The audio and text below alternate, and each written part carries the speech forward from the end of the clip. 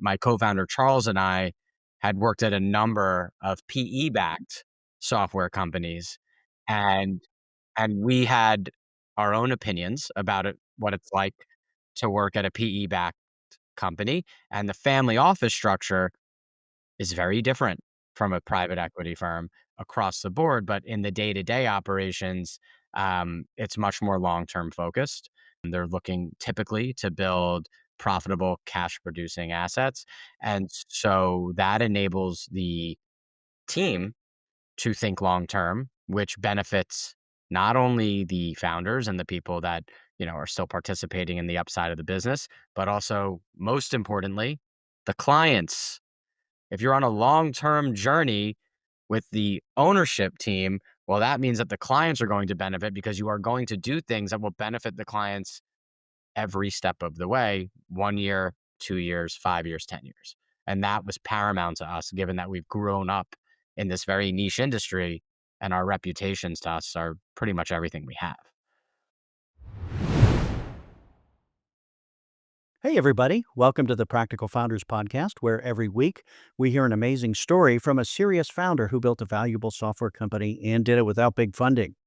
I'm your host, Greg Head, and this week my guest is Brian Kesselman, the co founder and now Chief Revenue Officer of Skematic, Skematic, a software company he and a co-founder launched their product, and less than 2 years after launching, they sold the company in a strategic acquisition. It's one of the faster practical founder stories out there. It's an amazing journey. He seems like a normal guy, but he really isn't, as are most practical founders. He did it in a very practical way, and he's still running sales at the company as part of a larger organization. It's a great story, and I know you'll enjoy it. Hey, Brian, welcome to the Practical Founders Podcast. Greg, great to be here, man. Yes. Now you're on the other side of the mic. The last time we talked, you said you were a listener of the podcast and gained some inspiration, but now you're on the podcast. Did you ever think you'd be, in the winner's box here in the Bootstrap SaaS founder world? I hoped I would be. Yeah. I listened pretty religiously to your podcast, especially in the first year of our arc, and definitely tried to place myself and extract really good lessons from the hosts. I mean, from the guests that you previously had, and so I can say in earnest that I'm thrilled to be on this side of the mic. Um, so I was cautiously optimistic that I would get here, and the fact that I am here is really exciting. Yeah, well, that's really fun.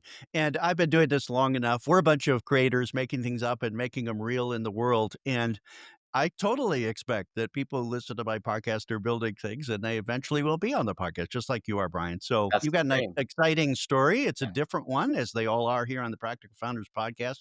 Where are you today? You used to be in New York where you had your company Schematic. Yes. But Started in New York and ended up in Miami Beach, which is where I am today. all right. Was that a COVID move? I think you started it after COVID. This is not This a is a COVID quick, move. yeah. This was a lifestyle move and maybe, just maybe, something to do with taxes move. Yeah, yeah, yeah. Okay. So, really interesting. This was a fast start, fast move, and pretty fast sale, Brian. I don't know Yes. if I call it like flipping. Like you've got this thing going, and you didn't want to run it forever, and sold it for a big price. But do you think of this as kind of flipping a SaaS company and then doing another one? So I don't consider it a flip because I'm still in the Yeah. business, Okay, right? there you go. Yeah, good for So you. I'm still in the business, and it also wasn't our intention to transact this Ah, early in the journey, but life deals you cards, and then you have to, play the odds and make, an informed decision. And given the cards that were dealt to us at the time when we first engaged with our eventual parent company, Financial Recovery Technologies, we decided to play the hand out towards the acquisition. okay. And it's one of the superpowers of practical founders. You have the options to go big ways. You don't have to go big or go home like you didn't raise a lot of capital and all of that. So let's start with what is Schematic, and that's spelled Skematic, software company here. What is Schematic? You're still got your hand in the business and running revenues, I guess. Yes, absolutely. I am the chief revenue officer of Schematic. So Schematic is a workflow solution operating system for compliance teams within capital markets. So think hedge funds, private equity firms, investment banks, venture capital firms. My co-founder and I had spent a combined 20 plus years in compliance technology, and we saw a market that was flooded with very specific point solutions. Uh-huh. And listening to customer feedback for years and years while we were employees, we understood that despite the available technologies in the space, everyone was still operating the center of their compliance programs out of spreadsheets and checklists and manual processes, in the software ecosystem today. And for the past 5, 10 years, we said, let's go head to head with Microsoft Excel Yeah. and see if we can offer something more streamlined and more efficient for a specific group of people. And this specific group was compliance officers at hedge funds, private equity firms, et cetera, and very much an inside play. This is who we had been selling software to for our entire careers. So this is a niche in a vertical, and it turned out to be fast moving and awesome. And you can compete with big companies that do task management in compliance or security or all that kind of stuff. It sounds like a similar problem to the security world where you've got incidents all over the place, and then you have to triage them and work them through and prove that you did it here. But you sold the company. I guess it was to FRT, Financial Revenue Tech, Financial recovery technologies. Recovery Tech. Excuse me. Yes. So, yeah, we sold the company Financial Recovery Technologies. Financial Recovery Technologies is an adjacent field to us. So, they are a legal service slash tech provider to asset managers, to hedge funds. The service and offering that they have is to enroll those firms in class action litigation that they would be entitled to join, like if they had traded in that security. Right. And Ah, so, in the Venn diagram of addressable market, we have a fair amount of overlap with them, not one to one, but a fair amount of overlap with them. And so we loved their team. That team was very interested in expanding into the compliance technology market, given the synergies I just described with the addressable yeah, market. And what we doubly loved about FRT is that their ownership structure is under a family office. And when you're selling your company, especially when you're going to stay on, with yeah, the company, that is one of the most important ingredients, in the recipe of is this going to be successful?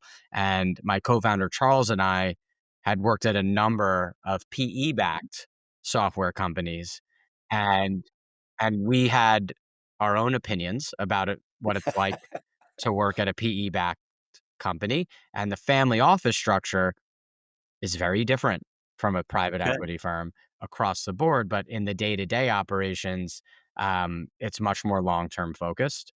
They're looking typically to build profitable cash-producing assets, and so that enables the team to think long-term, which benefits not only the founders and the people that, are still participating in the upside of the business, but also, most importantly, the clients.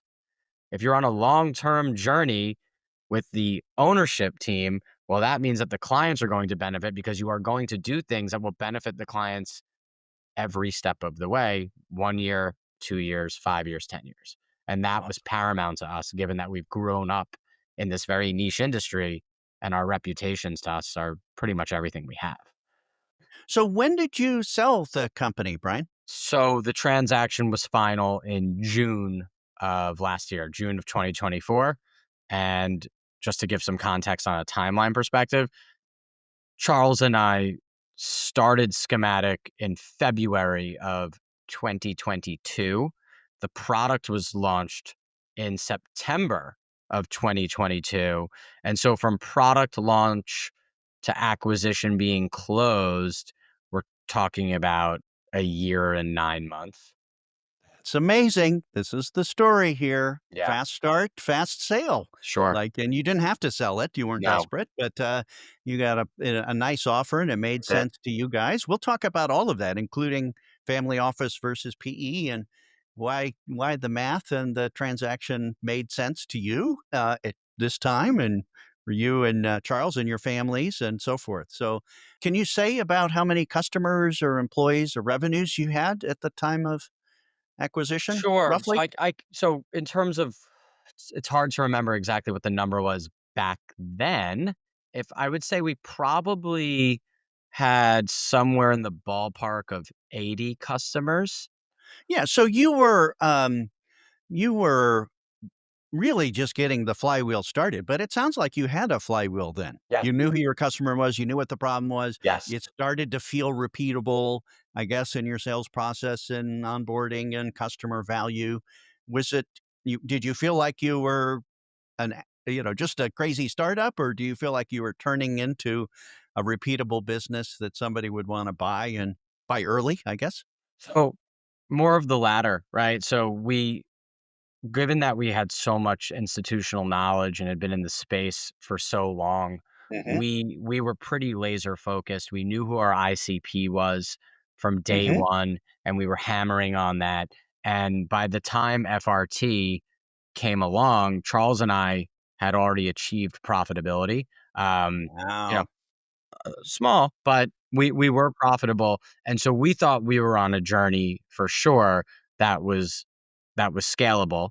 And then again, you have to measure that against a multitude of objective and then personal subjective factors when somebody comes knocking on your door and says, "Hey, I'd like to explore buying your company." Yeah, great. Well, I've always seen and said that specific vertical software companies, and especially at a little bit lower price points, was your annual contract value, annual price point around like 10,000 or something like that? Or in Or, that ballpark, yeah. yeah. So, it's not 100,000 or a million or something like that, but those smaller price points, $1,000 a month plus or minus, and vertical, you get to product market fit faster. Yes. You know who it is, and you got a repeatable process, and you're not making it up every single time, and so forth. So that's really exciting. And you're still with the company. Would they do a partial buyout, which is typical, and or an earnout, or why are you still with the company?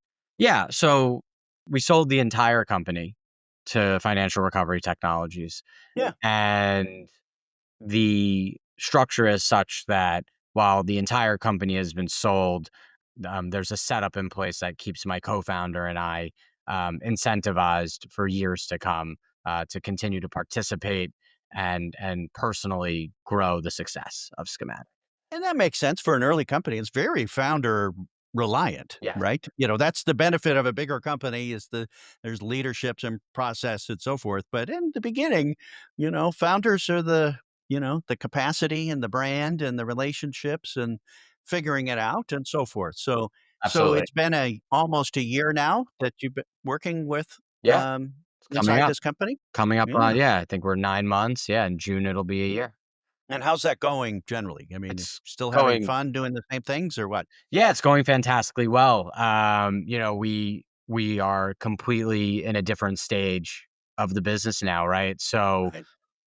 in that regard, whether you go, you raise a Series A and you take venture money, or you do private equity deal, or you work with a family office, what's consistent across it is that you now have new resources, new financial resources, and the Mhm. expectation is to grow the business, right? Yeah. And so we've entered a new chapter of doing just that. So I went from being a sales team of one myself to now there are 7 people in the US and in the UK, right? So overnight, you go from being this founder that, proverbially is knocking on doors, and all of the sudden you're still doing that because the company's in a really early stage. And at the same Mhm. time, you're also scaling the business and managing and being a CRO and, Yeah. wearing even more hats than you did Yeah. before in a lot of ways.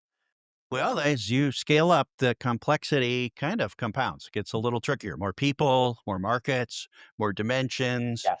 that's part of the quote, getting to 10 million ARR in SaaS. There's a few phases you go through there. Yes. And you chose, instead of bootstrapping and, scaling it up or raising funding, which you probably could have, and or selling it to PE or whatever, you took a certain path and you're scaling the business up through there. I'm sure there's some incentive for you to grow it profitably. And, the faster you grow, the better you do, and Yep. so forth here. All of But that's you were, true, Greg.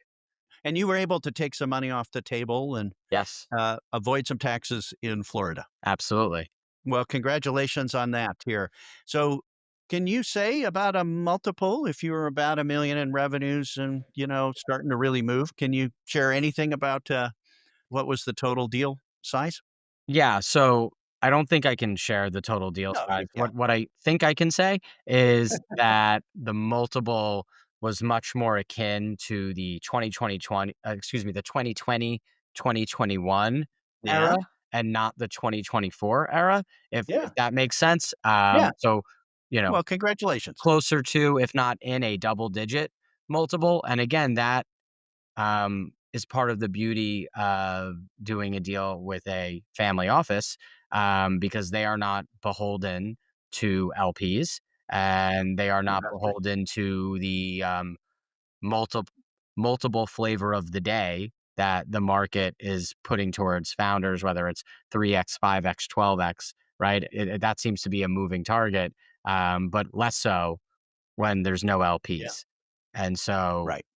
we had a Yeah. number of conversations with private equity firms and VCs that wanted us to raise a Series A and do a deal with them. And things had drastically changed by the time late 2023 and 2024 had come around versus, the Good thing you twenty didn't. the 2020s, the early 2020s, I should say. And let's be clear, like, VCs or private equity, they have limited partner investors, that they're making money for Yes. on the back end, and saying, invest this and we'll pay you back a lot more. And a family office is a wealthy family that invests in real estate and, they have professional managers. And some of these family offices invest in, technology or services technology companies. And Absolutely. do they own the FRT They company do. outright? They Yeah. do. They own it Yeah. outright. They own a number of companies. So, And they tend to be a lot more patient, and they're not trying to flip it right away. And profitability is, of course, a key to long-term sustainability, right? yes, You don't need to flip it and, to the next person in line. It's a profit machine, and it keeps going here. Well, that's that's an exactly right. amazing story. Literally less than 2 years from shipping your product to an acquisition, and I can't wait to talk about the decision process you and Charles went through to Sure. think about all your options and come up with this. You said you were in this industry for a while. Were you always in the tech side of the asset management compliance world, or No, I no? wasn't actually. So my background is pretty novel here. I started out as a young lawyer and I graduated law school and went right into a hedge fund. And I worked at the hedge fund in legal and compliance. And so I had Mhm. firsthand exposure to a lot of the problems that I've been solving on the tech side, whether it was my own solutions or ones that I was peddling. And so I started out as a legal and compliance officer at a hedge fund. I also worked at JP Morgan in compliance and then ultimately said to myself, wow, this is pretty boring and I don't want to be a lawyer and a compliance officer for the rest of my career. No offense to lawyers and compliance officers, please keep buying my software. But I it wasn't for me, and I had a bunch of friends and acquaintances that were making a killing selling software, and I said to myself, "Well, these guys aren't that smart, and I have the gift of gab too." And I kind of always knew that I was probably more of a salesperson than a lawyer, and it just, I just had taken a more conservative approach after college and went to law school, and a lot of people in my family took that track. Kind of a New York thing to do, right? Yeah, very New York thing to do, and so then I was honest with myself and some self-reflection and said, "All right, like, what are your skills, Brian? What are you best at?" And the answer was, talking and storytelling. Mm. And so, I wasn't a prosecutor. Those guys are great storytellers too. And so I said, "All right, let's give this a shot." And I was fortunate enough to have the vision to parlay my compliance experience and took a job selling compliance software at a very well-known compliance technology vendor and pretty much never looked back. Okay, so let's be clear for the audience here about what is compliance, right? Sure. Big investors and folks in the financial markets are sophisticated US financial markets. It's highly regulated, really highly regulated. And, Extraordinarily. so can you give us an example of like what is a compliance incident that might involve a lawyer and this coordination that schematic required, just to give an example? So a compliance officer, in part, is responsible for carrying out the policies and procedures of the firm. So every firm registered with the Securities Exchange Commission, the SEC, Mhm. has something called a compliance manual. And within that compliance manual, there are a litany of obligations that you need to perform on an annual basis. And Mhm. so in Schematic, what we do is we automate the reminder to do that one of those obligations. We will build out the workflow to conduct that obligation, that procedure in the system. And if while conducting that procedure, there's a realization that an issue has arisen, then we give you additional workflow to document the triaging of that issue. You're supposed to check that there's a security on top of this, and there isn't. Or what's an example of one that would show up as an incident or an Sure. issue? So let's say you're onboarding a new employee, and part of the compliance process is that you make sure that person does not have a criminal background, or that they've ever been involved in litigation There or we go. anything like that. And so, Check, check, check. You yes, got to so make you're sure to checking check. boxes, but if while checking those boxes, it seems like Greg actually, was part of a lawsuit 10 years ago. Well, then compliance needs to not only document that, but investigate it and understand the nature of Mm, it. And could that have I an see. impact on our ability to raise money? Right?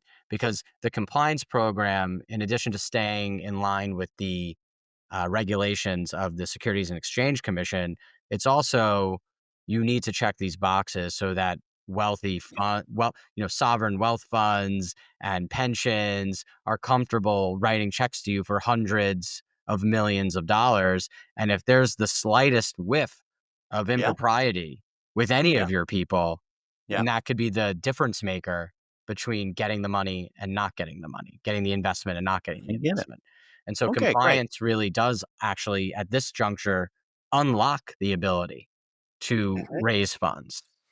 So you think it's not a cost. It's not. You can say it's a cost of doing business and so forth, but it really affects the top line Oh, yeah. ability for a fund to get things done. Yeah, it takes one Um, bad headline to destroy a fund, and that Sounds bad like you're head telling me on, this is issue management for compliance, those kind of things. So you went out and started selling software. I You did. had this, and did your uh, wife and kids and family say, "Brian, why are you quitting your job as this great lawyer to be a sales guy?" Right. Was that So, was that my mother thought I was crazy. okay? I was working at JP Morgan. I had a very stable job as a lawyer, compliance officer, and my wife, God bless her, thought it was the best move I could be making. And she said, She knew you. you're not using your talents. This is your skill set. You can talk to anyone about anything at any time. And you should definitely be in sales."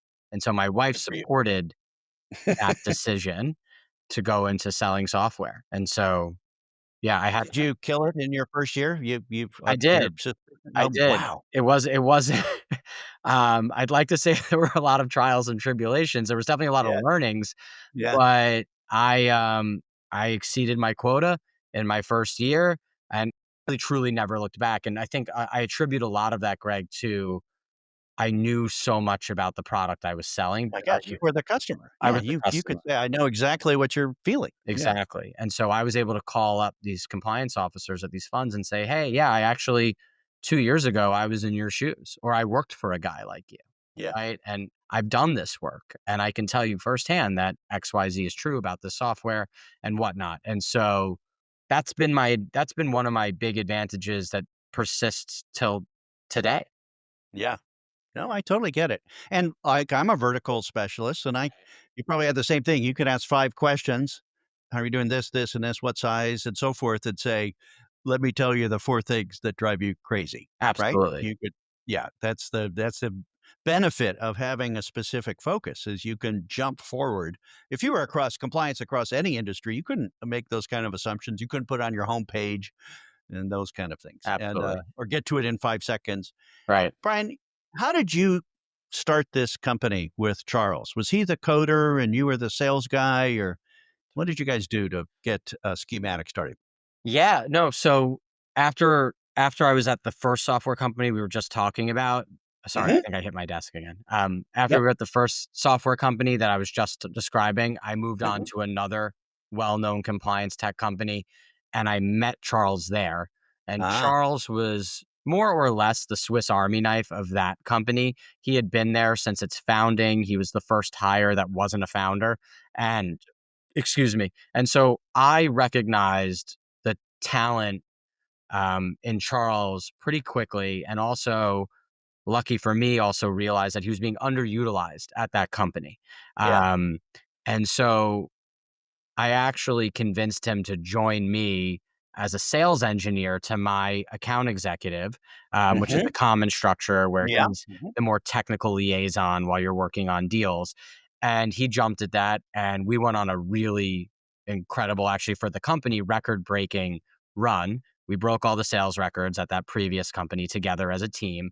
And that tandem existed for about 2.5 years. And I would say 6 months into it, I started really, annoying Charles that we should go off on our own and start our own software company. So Charles doesn't write code, but he Mhm. designs product, he does Oh, great. implementations, he does CX, he can serve as a sales engineer. He's very outgoing, and has that sales gene. And so between the two of us, we cover everything Mhm. except writing code. And so we were able to figure that out as well. And yeah, eventually, certain situations presented themselves at the former company that we were employees at together. And then we really, really started to lock in on this thesis that the market was dominated by these point solutions, and there was room for this more central workflow solution. And at that juncture, despite the fact that, again, similar to when I was a lawyer and people were like, "What are you doing? You're in such a great position." And then I was the top salesman at this company for multiple years in a row. And, there were again people in my corner saying, "What are you doing? You're in this great position." Right. And there was my wife again saying, "Go for it." Yeah. And so Charles and I were very confident, knowing what we knew about this industry, that if we were able to execute on bringing this product to life the way we envisioned it, that we would be able to build a business. Did you quit your jobs, and go off on this adventure, or did you do it in your spare time until you had a product and could sell it, or what No, we was going quit on? our jobs and went off Yeah. on the adventure. Given the fact that the former employer was adjacent to what we were doing, I see. we That makes certainly sense. didn't want to build Yes. on their time. And so we very carefully and thoughtfully and with, legal counsel quit our jobs and then got going on Schematic.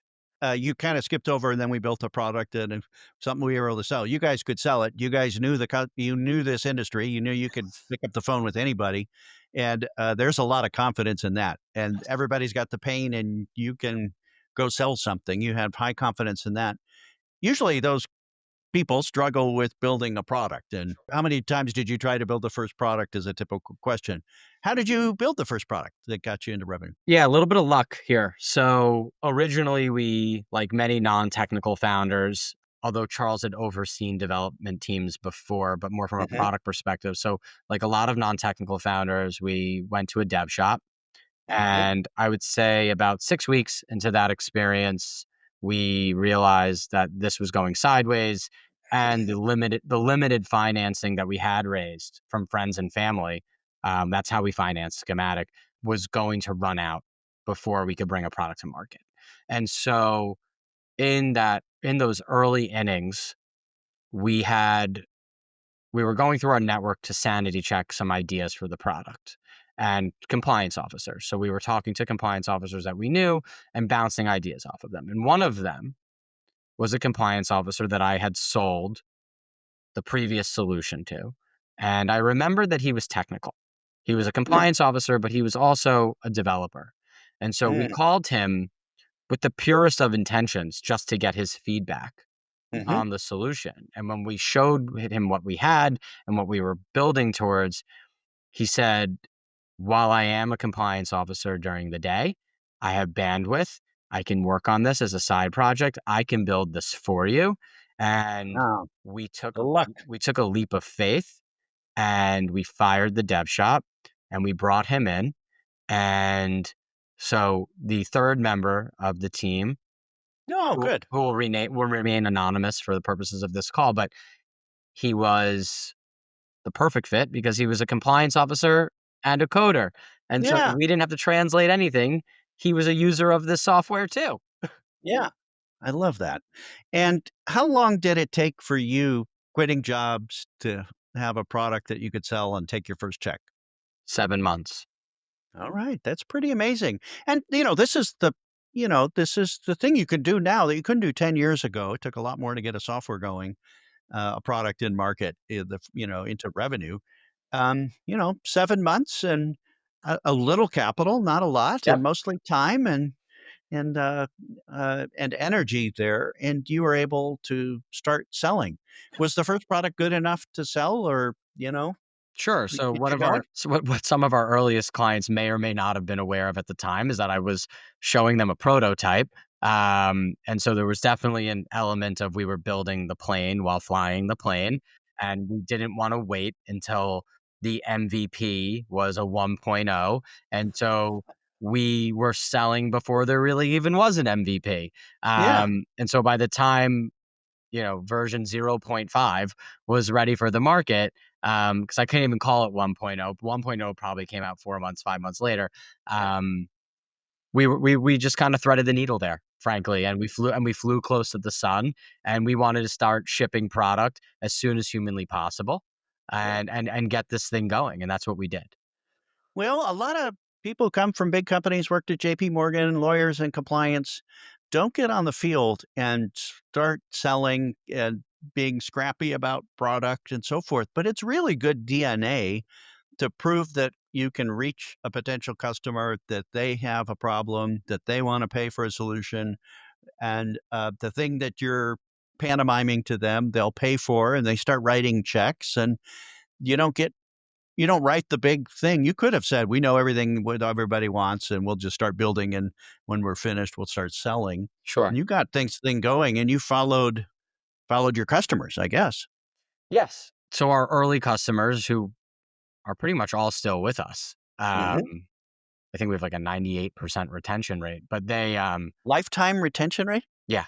Okay, Um, that's weird too, Brian. Like, so meaning less than 1% churn a year in the couple years you guys have been doing this. yeah. So compliance software is inherently sticky. So I Yeah. won't take full credit for that. But Mhm. I'll give most of the credit to Charles for building a highly useful solution. Yes. Um, but our market, candidly, does have a level of extra stickiness. So you started selling this and, Yeah. I know With the it wasn't a feedback, right. straight So line, but this was it was a your go-to-market collaboration. motion, It was, getting on the phone? yeah. So sorry, what was that, Greg? How did you get this thing started after you Yeah. shipped your first product? So some of the money that we raised was for sales software, and having, given that I had a depth of experience selling solutions to this exact market for a number of years by the time we started Schematic, I knew that I needed a database. So I needed some Zoom Mhm. info, and I needed HubSpot, and I needed a dialer. And I said, Charles, you build the product, you put the clients on the solution.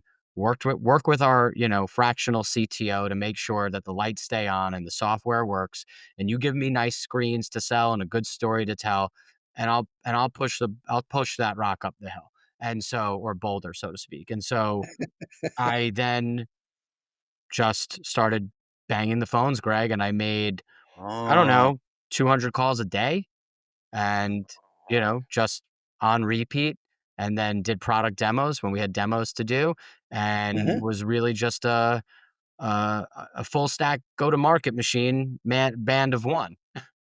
So this wasn't sell to your friends and go to trade shows and hire some salespeople and do some pay-per-click ads and things like this. I don't even know if compliance officers had a analogous product that wasn't Excel yet. They weren't Googling it probably, but you literally just got the names and started calling.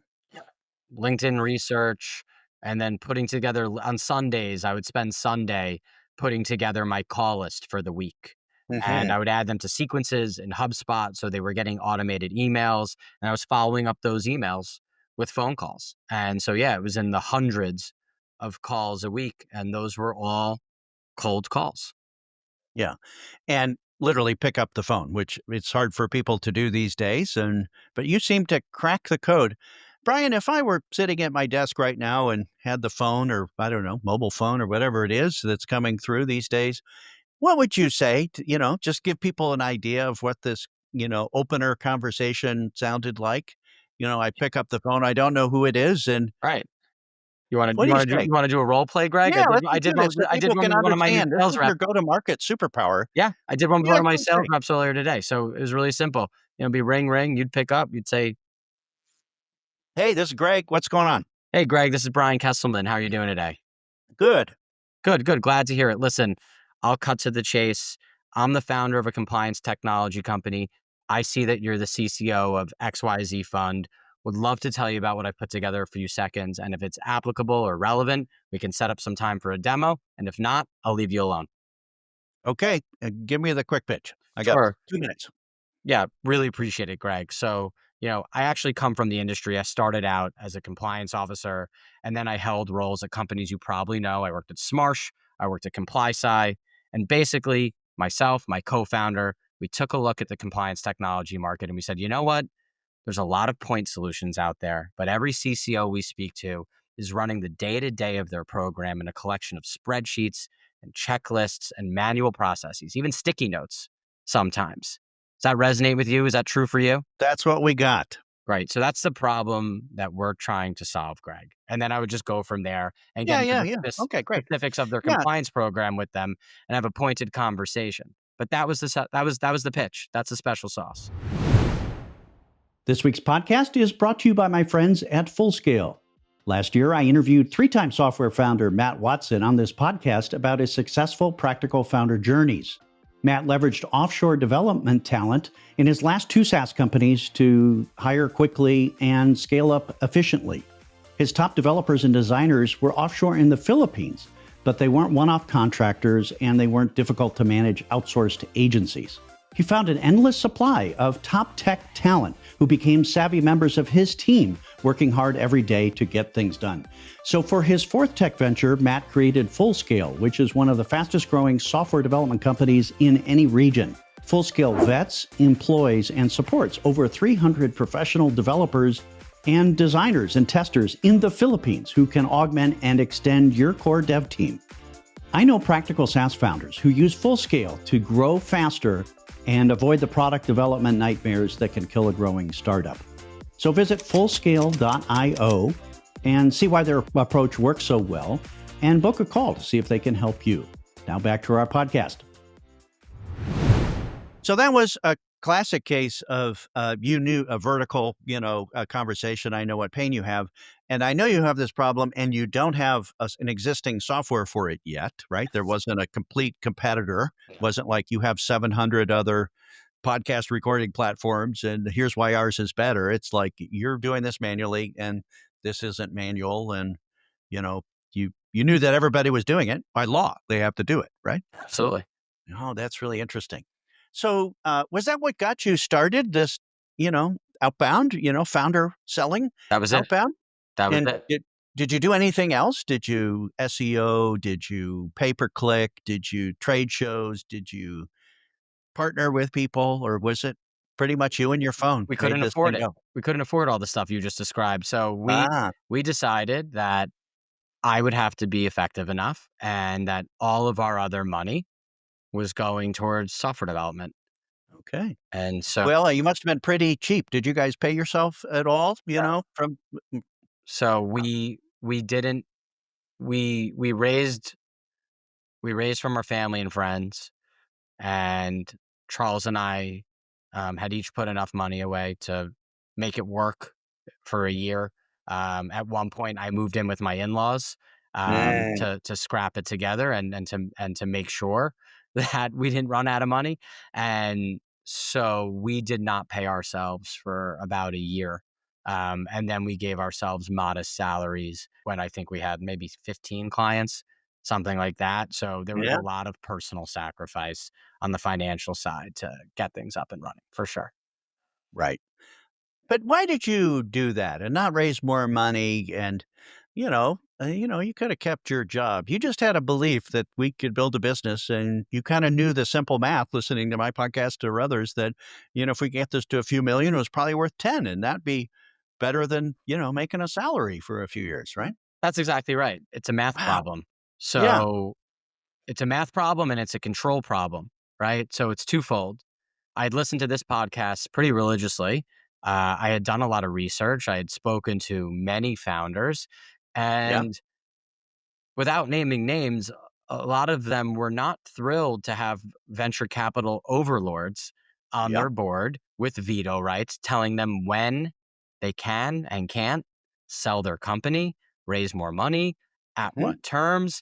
And, the culture, unfortunately, in the software ecosystem had morphed into aligning raising a big round of capital with Yeah. success. Right. New And York City, especially, right? Is right. that where that network was for you? Yes, I was Yeah. living in Brooklyn at the time, and so it was, "Oh, so and so just raised. Did you hear about it? So and so just raised. Did you hear about it?" And even back then, my mind would go to, "But, like, what did they take off the table, if anything? And what did they just set themselves up for?" Right? So it becomes a math problem. You give away 25% of the company. Well, whatever your goal is for yourself, ultimately most founders want to exit. You've just moved the goalposts and Yeah. then you've lost control.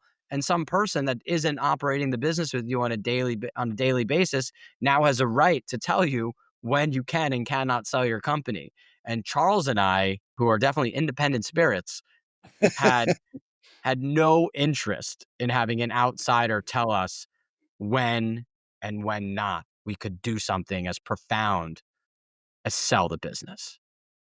Right, and this wasn't obvious to everybody, and they thought you were a little crazy, um, but you knew there was a problem there, and making the phone calls was like, "Okay, it'll be hard, but it's totally possible," and that's a better deal than doing the venture funding game. Is that how you thought about it?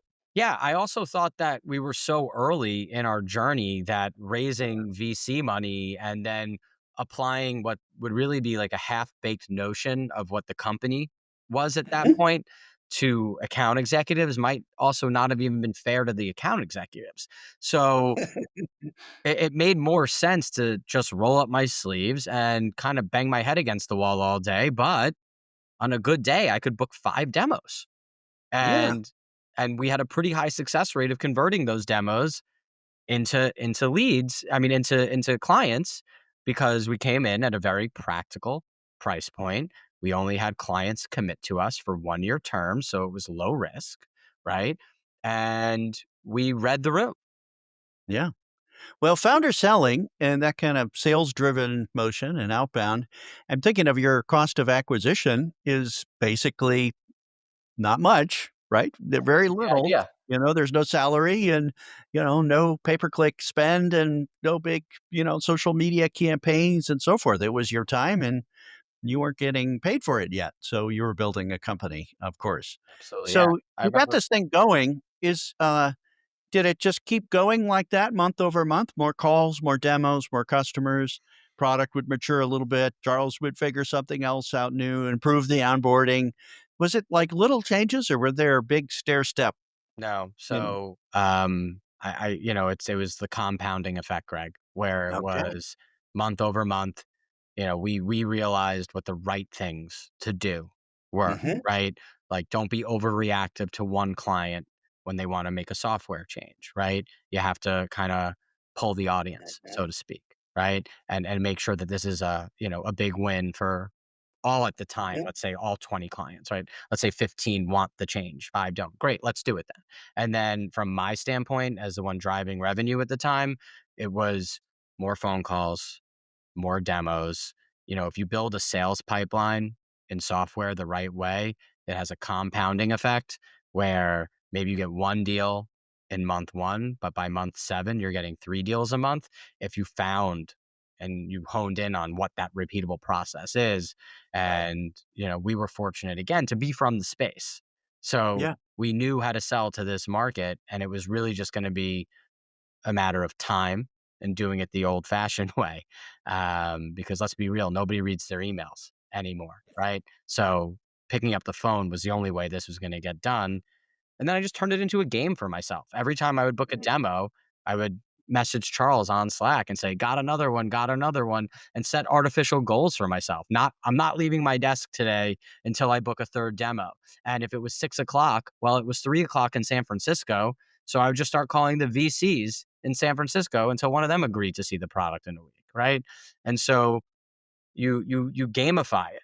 And you pump yourself up, right? And you stay motivated, and whatever gets you through the day, right? To reach the mini milestone. Well, I think that's a great way to play the game. Okay, and you kinda gamified it, and that's a reasonable a lot of people think that's really hard to make all those calls and get the hangups and the no dials, and right here you were, this fancy lawyer at JP Morgan, running into the big office, and now you're getting hung up on or something like that. But you knew the game, and there should be a little clapping for every demo because the math starts compounding, as you say, the That funnel. was it. And then we would close a deal, and Charles and I would say, "Well, they're paying us 10K, but what's that worth in valuation?" Right. Yes. And we own the whole And company more or less. So if you didn't know it was very high retention, maybe you assumed, but, like, almost nobody leaves, so it's almost like, a an assumed, lifetime subscription, right? They're not gonna yeah, leave. You close you to own it. it Yeah, that way. the Yeah. lifetime of the customer in this vertical and compliance technology is much longer than other SaaS verticals, and so we did know that if the product did what we said it was going to do, we'd be holding on to these clients for a long time. Well, that's a business model epiphany. I don't know if you realized at the time, but there was almost no cost of acquisition, and there was almost this infinite assumed lifetime value, right? Yes. Like, the multiple of lifetime value to CAC was off the charts. Yes. I've never heard anything like that. And you hadn't added layers of 7 salespeople in there and a little marketing air cover and things like that. But yeah, that's really amazing. Was it just month after month you guys kept improving this, and then people started, you got some bites from investors and potential acquirers, and then the financial recovery tech showed up? More or less, I would say the only thing that could have derailed us, but we turned it into just pure motivation was, a former employer decided to litigate against us, throw something at us, and so, there was actually 2 distinct, lawsuits, one against Charles and one against me, actually in different states, Mhm. and so we had to go deeper into our own pockets to Mhm. finance the litigations, and so the answer to your question, Greg, is yes, we were growing steadily month over Mhm. month from a tech and sales perspective, compounding in a positive way. And then in the background, there was this awfully stress inducing event going on, which was this Yeah. litigation. And it was definitely David versus Goliath. And, you know, I leveraged a loan against my brokerage account to pay legal fees one month, and Charles was going into his own pocket. And it actually ended up further motivating us because not only were we now fighting for our survival, just day to day, hand to hand combat of being a sales, a new software company, excuse me, but somebody was also existentially threatening us, Yeah, yeah, right? life and death. So that put us into, fight or flight mode, and we went into fight mode, in a way that I don't know if I'll ever be able to replicate.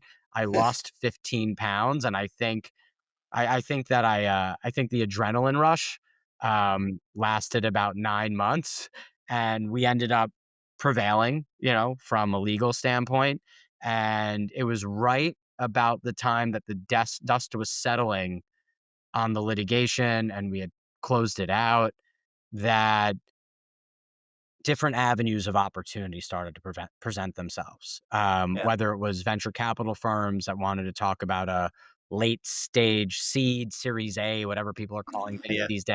these days, and private equity came knocking. Few firms sniffed and they were interested, and we actually said no to VC.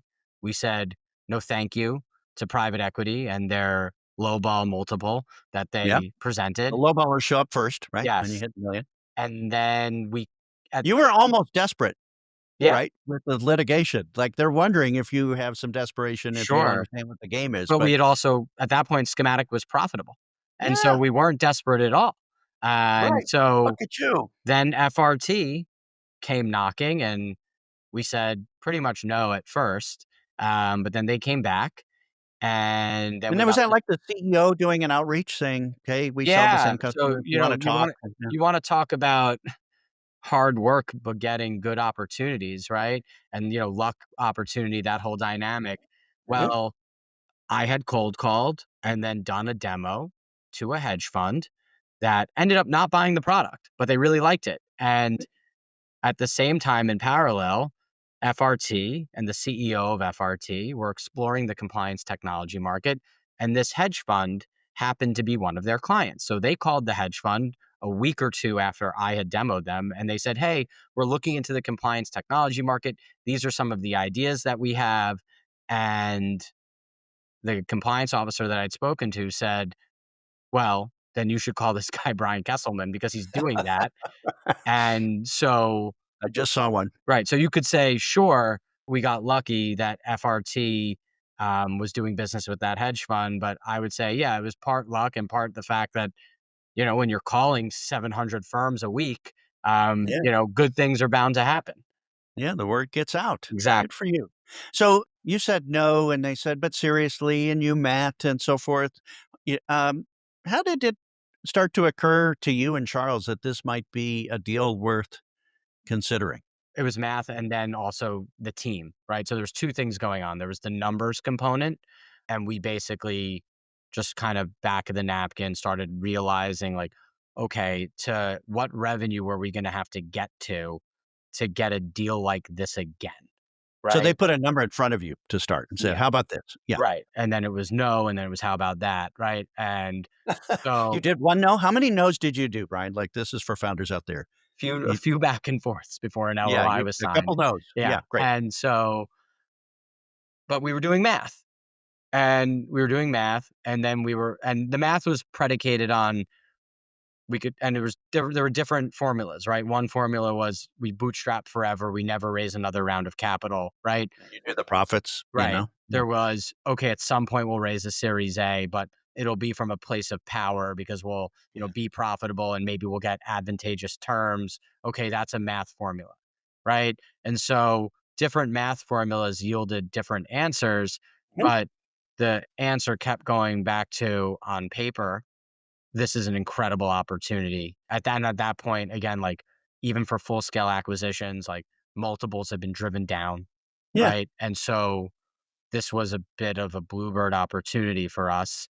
And then equally as important Mhm, was the team that we were going to be folded into at FRT. Their mhm, leadership team that we work with every day is incredible.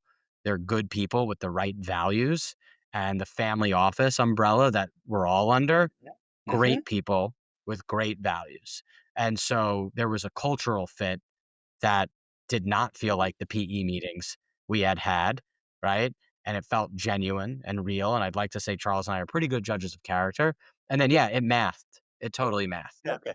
So, the CEO of FRT had said, "We need to buy something else out there to sell to our existing customers and, add to the portfolio of products." Sure. And they're not a PE firm, so this wasn't thinking just rolling it up and throwing another one on the pile. They thought strategically about this. They looked at what you were doing, and in order to make, an offer that you can't say no to, right, they have to get far ahead of all the things that, the value you could build over the next few years. They have to Sure. jump ahead and give you a strategic value. But they were able to do that because they did the math and said, "We have a lot of customers, and if we sell it to just certain amount of customers, 10% of our customers, it'll be 10 times bigger," or something like that. Is that what they were thinking? I think they were thinking that in part. So, given the nature of their business, we have a lot of overlap in the client base. And then Yeah. also, their clients typically have to trade in equities, Uh-huh. and our clients don't have to. So, the whole private side with private equity and venture I see. capital doesn't apply to them, but it applies to us. So, I think they saw the compliance technology market as similar to us in the sense that despite the available solutions, and the perceived possible saturation of those solutions, the market was still underserved, and that there was a big opportunity Okay. here, and that what we had built was very in line with what they also hypothesized was the missing piece in this market, and we had Yeah. already done it, more or Right. less. Yeah, they were already had that, idea as well, and, Yes. I mean, it's not a surprise if you've been around a market long enough and there's a collection of problems that everybody has, and eventually they get checked off, over time, people start going after it. But it wasn't like this synergies value. It was, "We believe in this product, we think it could be big." That must have been very validating. Yes, and also because of how early we were, we believe in the founders, right? Yeah. So much Ah, of this was dependent on Charles and I yeah, sticking around and making this thing work, and so that's the bet that they placed, right? yeah, Was, on the founders, and so having sold the company and given up control, but still being such an integral piece of what, we're trying to accomplish here appealed to Charles and I because we love yeah. schematic. Yeah.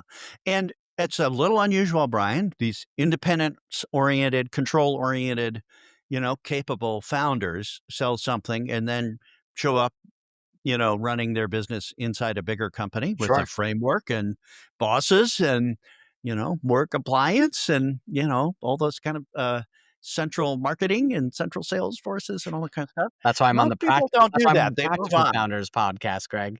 Yeah, right. And you're still enjoying it and, Yes. building your business. Do you have a time frame here, like a 3-year commitment or, you're gonna do it as long kind of have a handshake that I'll help you build this thing into a much bigger business and There's a contract and there's a commercial component to, goals and things like yeah, that and good for you. milestones, but I don't have a timeline. I mean, Charles and I set out to build something, in stages, and we had a very clear vision of what the product would be 1 year in, 3 years in, 6 years in, 10 years in, and we're very much still building towards Yeah, that big vision, and FRT, and this is why, they are awesome. They give us the freedom of movement to build into that vision and the support and the expertise to make sure that we stay on the rails yeah, while doing it. The CEO of FRT, this is not his first rodeo, and yeah, he's an exited founder himself. right. He has multiple exits under his belt, and so with his guidance, the board's guidance, we feel very set up for success for the short, medium, and long term for Schematic.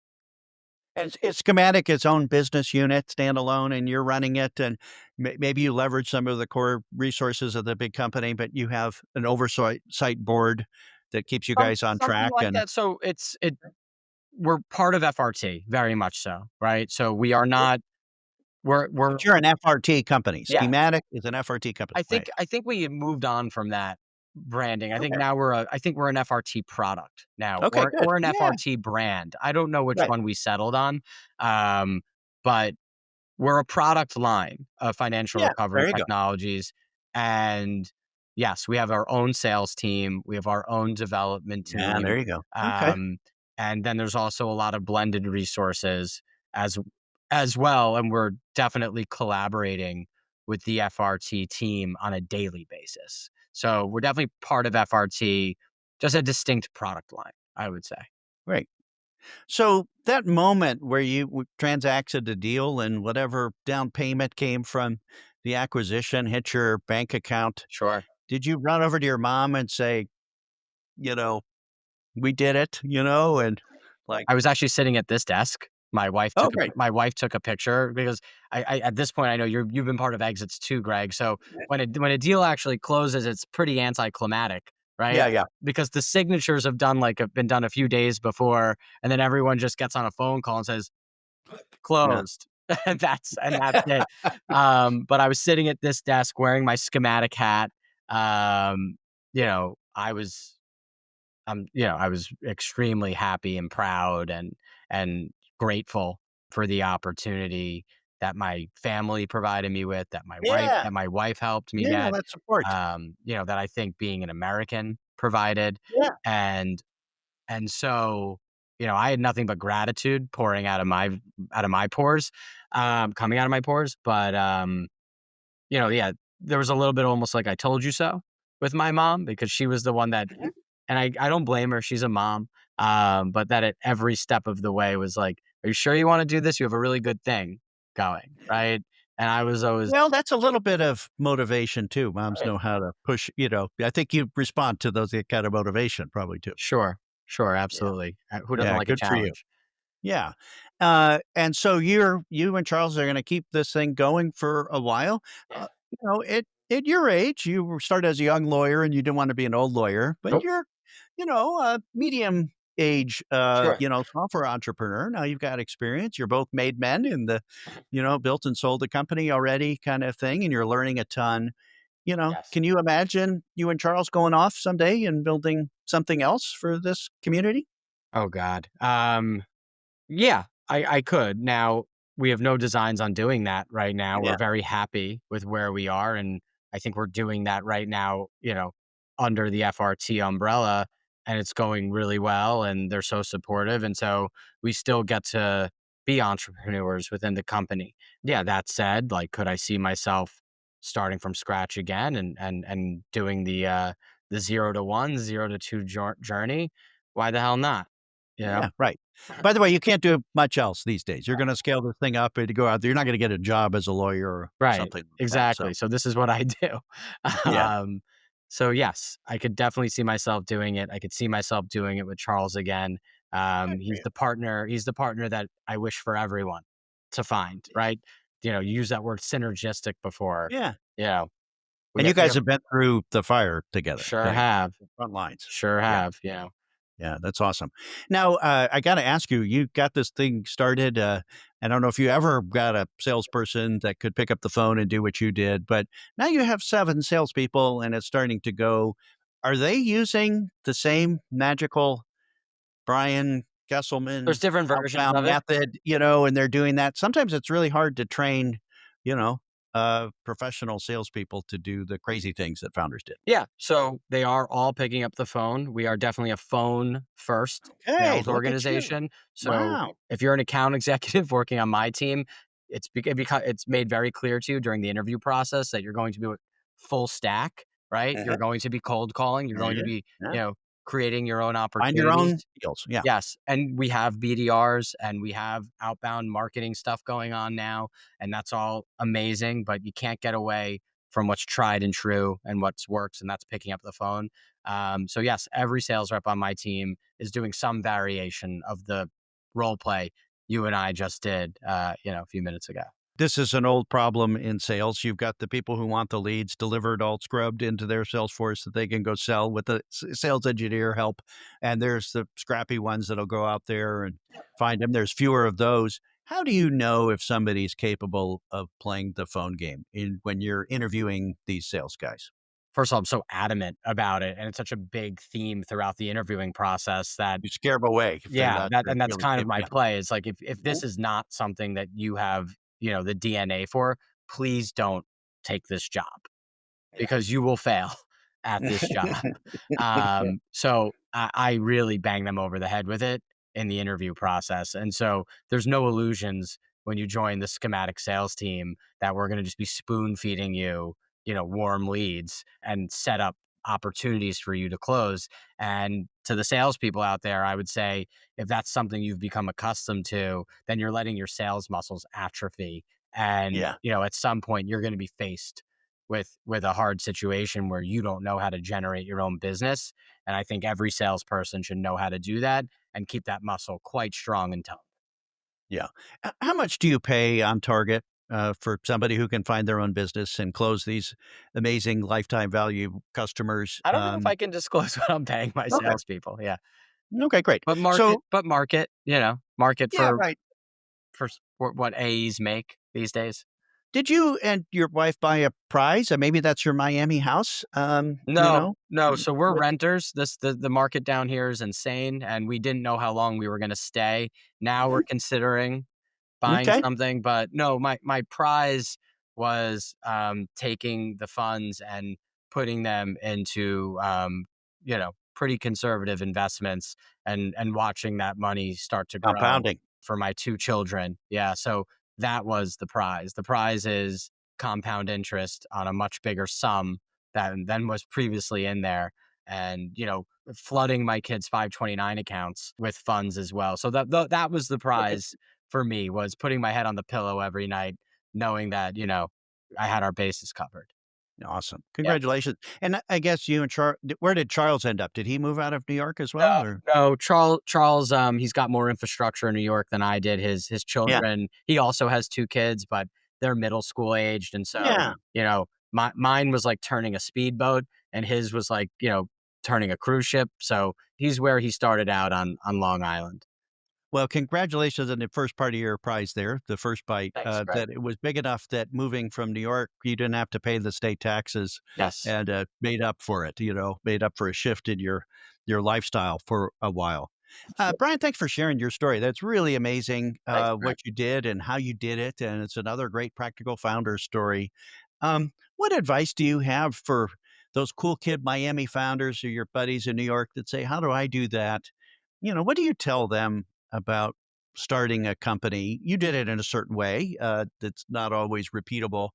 Um, what's the advice you give most often to practical founders out there?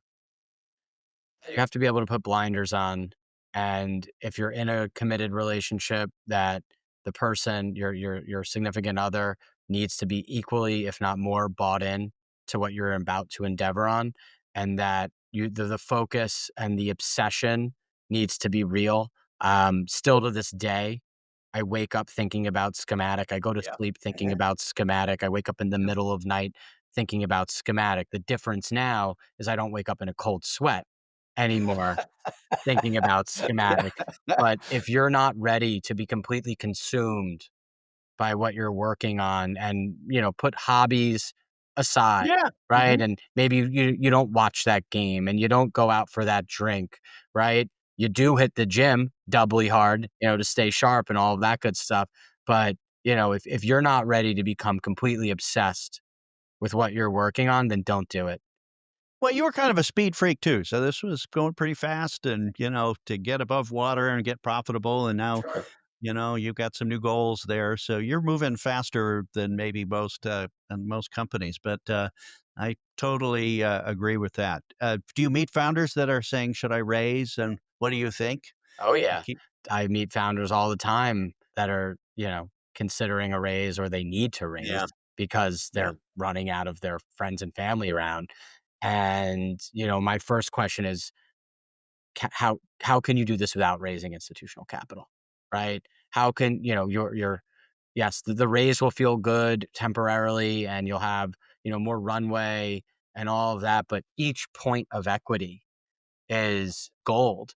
And if you give it away for cheap, and if your company is a good company, you're kind of always giving it away for yeah, cheap, right? yeah. Let's focus on the phrase giving it away, right? Mhm. Even if there's an exchange. And so treat it like you would treat, a fifth generation heirloom, right? Each ounce of equity is so pivotal and important. So that's how I view it, right? That's all. So that's my advice is, can you make this bootstrapped? Can you make this work bootstrapped? If the answer is yes, figure it out. Figure it out. And that's the thing, that's totally possible. Yeah, So why not start there, right? absolutely. And disprove it completely, and you can go to the wall and disprove it. You don't have to raise VC funding No, these days. there's other options out there. And you could if you want to, but you don't have to these days. So Absolutely. you created that possibility.